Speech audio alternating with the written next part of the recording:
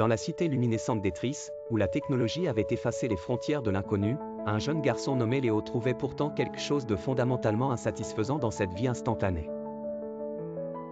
La ville, avec ses gratte-ciel de verre et ses rues remplies de drones, offrait tout sauf le véritable sens de la vie.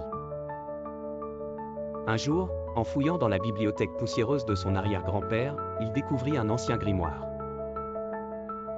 Ces pages jaunies posaient une question qui résonnait en lui: si tout a un début, qu'est-ce qui existait avant?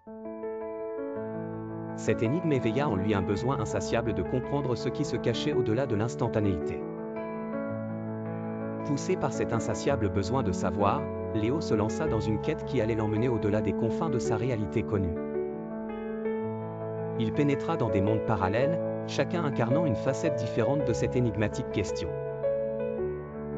Dans le premier monde, il rencontra Orphéon, un philosophe oiseau aux ailes d'or qui le guida à travers le labyrinthe du temps.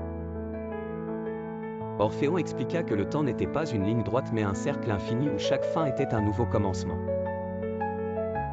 Intrigué mais non satisfait, Léo continua sa quête.